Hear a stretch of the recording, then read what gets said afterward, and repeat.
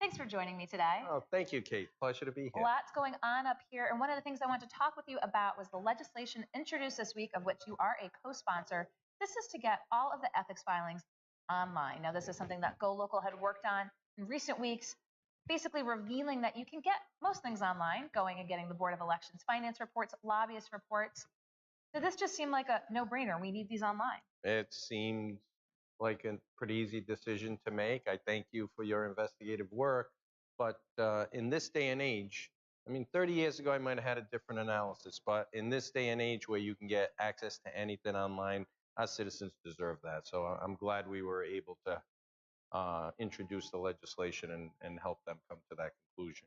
Now, it was introduced this week. Is this a priority? Do you imagine that this will move fairly quickly before the end of the session? I certainly hope so. We're working on it. And I'm assuming you've had talks with the Ethics Commission. GoLocal is actually going to be putting on a number of filings tomorrow.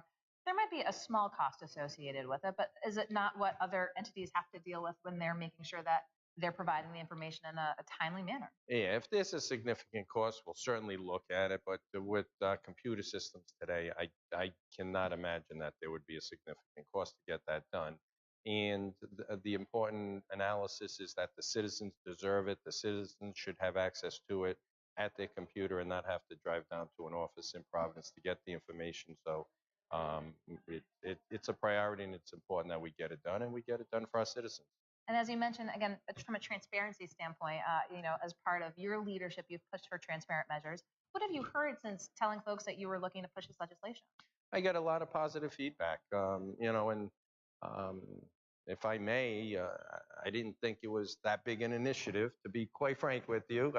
It seemed like common sense to me, but I got a lot of praise and thanks from folks. So it always feels good to get praise and versus critique, but a lot of positive feedback, and it's something that everybody's working together with each other on getting it accomplished. So, I think the Ethics Commission's exactly where they have to be. I thank them for their service and their hard work, and we'll get it done on behalf of our constituents. Okay, we're going to keep an eye on this piece of legislation. Let's talk about a few things that have been hot button issues up here this week. Let's talk about the speed camera legislation from a state perspective. There were a number of bills heard this week.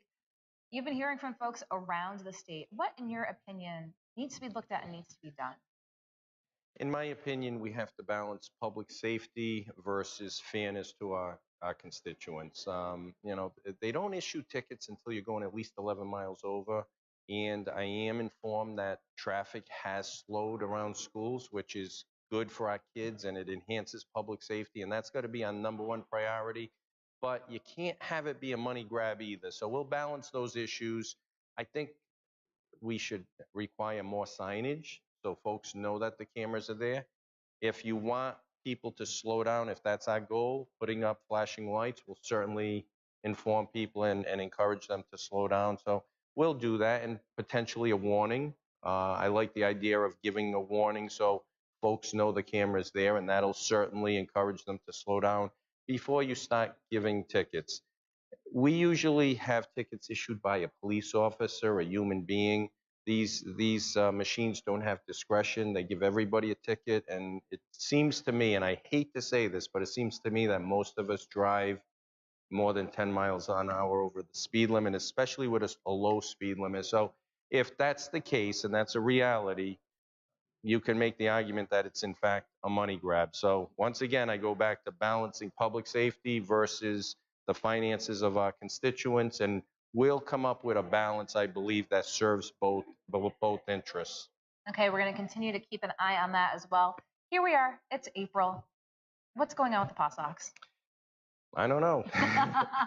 Your guess is probably as good as mine. But we have had, seriously, I think most folks want the Paw Sox to stay. They just want a deal that's fair. The taxpayers don't want to feel as though they're accepting and taking on all of the risk. I think that's what the polling has showed. I've paid close attention to it. So I've asked that risk be transferred to the team and the owners.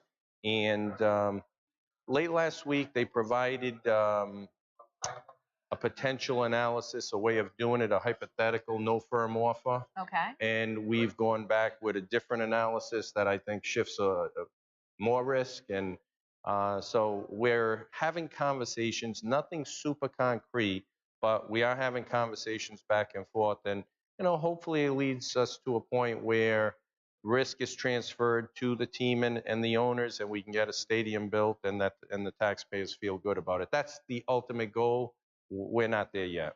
But you've had conversations within the last couple of weeks, probably just more than there's been since, let's say, the beginning of the year. Is there maybe a little sense of urgency at this juncture now that we're at April to really, again, as you said, come to a consensus of talking with the team owners? I analogize it to cramming for an exam. It seems that no matter how long the semester is, you cram at the end for the exam. At least most people do. So yes, we have a couple of months left. April, May, and some of June. And I'm hoping that we can finish as early as possible this year, and produce a good budget for our constituents and pass good legislation on their behalf. So time is running shorter, so that does increase the urgency a little bit. But like all things have their time to be addressed and heard, and it's time that we talk about it. And we've been talking on and off. I think the polling that's occurred and the different discussions that have occurred have gotten us to this place, and we'll see if this leads to legislation that's acceptable to the citizens. So, any expected time frame? As you said, you've had conversations in the past couple of weeks. Do we expect maybe to hear something from you, to hear something from the team in the next few weeks? I hope we make substantial progress.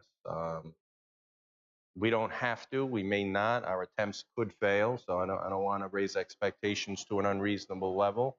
My hope is that we can accomplish something in the next 2 or 3 weeks. We do have a break week coming up in just a week, so probably 3 weeks is realistic, and we'll see. I don't know, but we'll be happy to let you know when we get some information.